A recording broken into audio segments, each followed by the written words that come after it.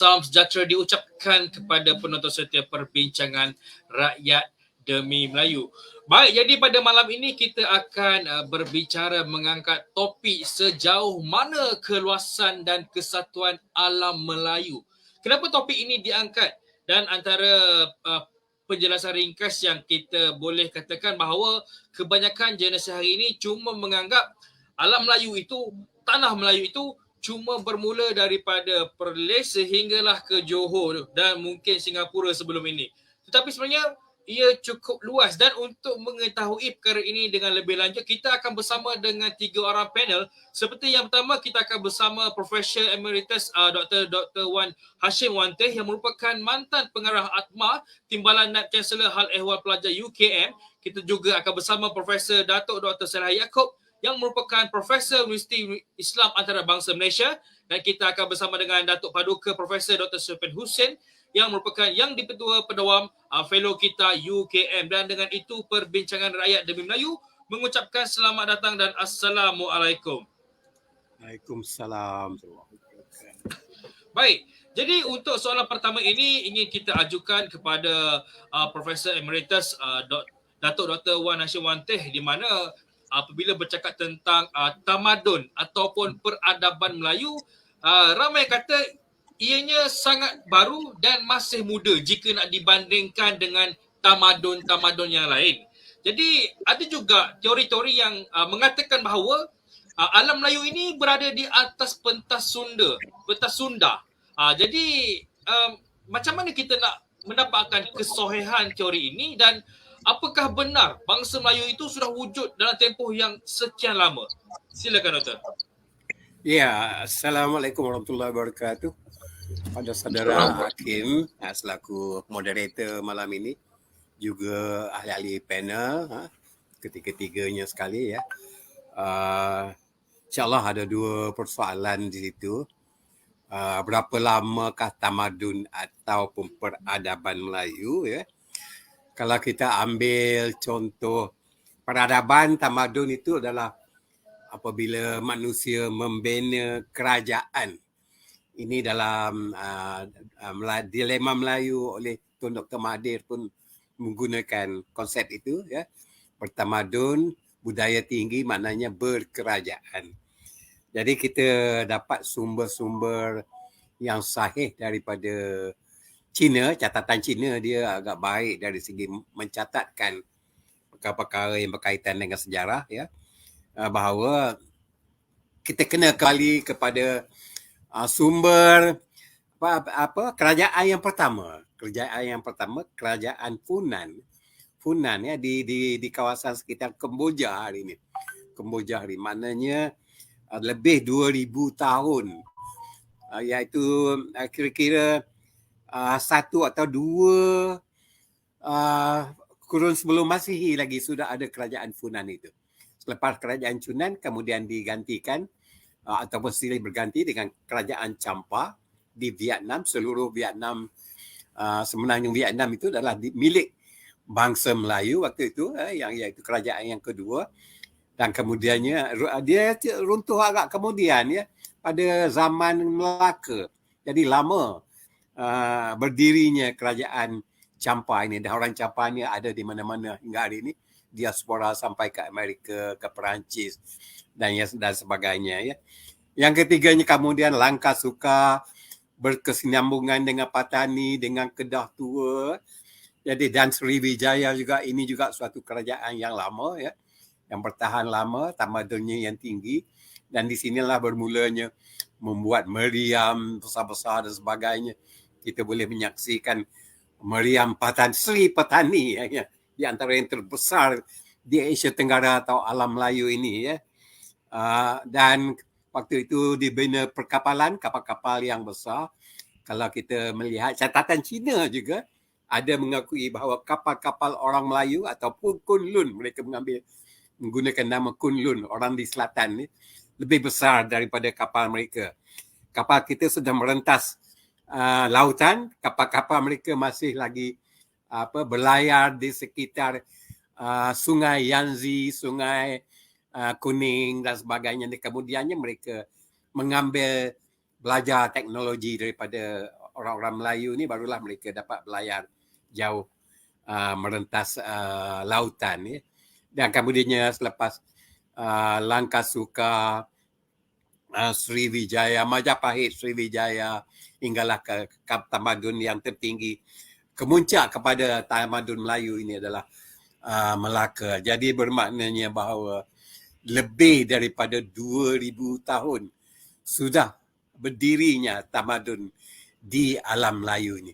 Tapi kalau kita nak kira bila orang Melayu berada di sini, ahli arkeologi melihatnya dalam kira 20,000, 30,000 tahun ya.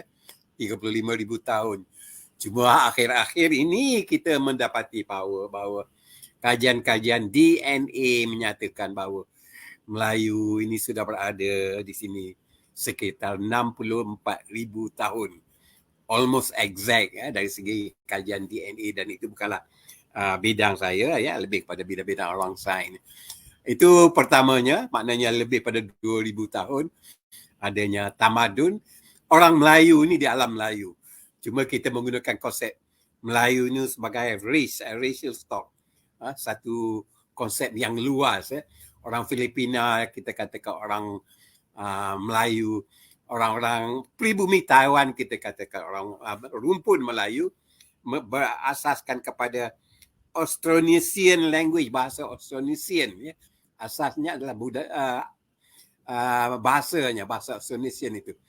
Sampailah ke Pulau Polynesian, ke Hawaii, ke New Zealand, itu adalah pecahan daripada orang-orang daripada alam Melayu ini. Okey, kita pergi pada soalan kedua, pentas Sunda, ataupun kami terbaru menggunakan benua Sunda. Kerana sebelum kurun ke-9, 10, 11, sebelum masih adanya satu pentas ataupun landmass, di mana kita pergi ke Sumatera secara berjalan kaki dan cuma menyeberangi sungai. Menyeberangi sungai, kerana sungai Perak itu mengalir sampai Teluk Intan, kemudian kualanya di Aceh sana ya, itu sungai ya. Selat Melaka tidak ada, belum ada ya. Begitu juga Selat Jawa, kita boleh berjalan kaki sampai ke, ataupun bernunggang kuda saja naik ke Pulau Jawa, boleh pergi ke Kalimantan, ke Borneo, sehingga ke Filipina ya. Itu semua ada big landmass. Di kita kira-kira sekali ganda, double size of India hari ini ya. Jadi begitu besar, dan kami menggunakan, rasanya kalau kita boleh menggunakan konsep benua Cina, benua India, maka kita boleh gunakanlah benua Melayu satu ketika dulu. Benua di alam Melayu satu ketika dulu. Jadi hari ini boleh kita katakan rumpun Melayu ini, dan termasuk Polinesia, kerana mereka berasal dari alam Melayu. Orang-orang di Hawaii, di Pulau Hawaii, orang Maori, orang di Pulau Paskah, berjumlah semuanya 300 juta. 300 juta asalnya adalah bahasa Polynesian ya. Lebih pada 300 juta di alam Melayu ini sehingga ke lautan Pasifik. Jadi itulah taburan, saya katakan taburan sehingga ke Pulau Malagasy. Jangan lupa, orang Pulau Malagasy itu berasal daripada alam Melayu, berhijrah ke sana pada zaman Sriwijaya dan menjadi pribumi di sana, mengasaskan kerajaan Marina Kingdom di sana ya. Orang Melayu asalnya dari keturunan Melayu mengasaskan Kingdom, Marina Kingdom di sana. Waktu itu orang-orang di Afrika masih lagi jauh ketinggalan ya, kalau dibandingkan orang Melayu yang berhijrah ke sana dan membina tamadun ataupun kerajaan yang pertama. Jadi sekali lagi saya katakan bahawa sejarah kita ini lama.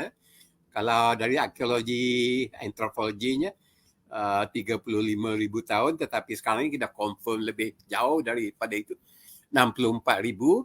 Cuma kita tidak jelaslah tamadun yang awalnya itu ya. Dan yang keduanya, adanya satu benua yang ditenggelami oleh banjir besar pada abad ke-11 hingga ke abad ke-9. Mungkin gegaran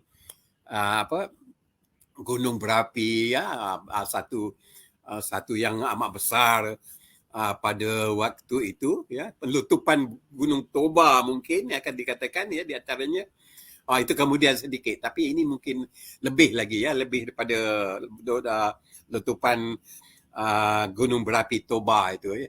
Jadi itu terlalu jauh untuk kita andaikan bagaimana berlakunya naiknya air laut daripada paras yang rendah ke paras yang tinggi sehingga menenggelami pentas Sunda itu dan menjadi selat di sana sini dan mewujudkan kepulauan-kepulauan di Nusantara dari satu pulau ke pulau yang lain. Dulunya tidak ada pulau-pulau itu, tidak ada ya. Cuma big landmass. Barangkali itu menjawab dua soalan yang diutarakan. Ya, saudara. Baik, terima kasih ucapkan kepada doktor. Satu orang kata perkara yang perlu dipandang lebih jauh. Maknanya dari segi sainnya 64,000 tahun. Ribu tahun. Maknanya genetik DNA kita sudah dikenal pasti. Jadi mungkin akan timbul pertikaian daripada orang hari ini, takkanlah 64,000 tahun orang Melayu tu dah ada, begini kita sekarang. Jadi perkara ini perlu diperhalusi lagi lah.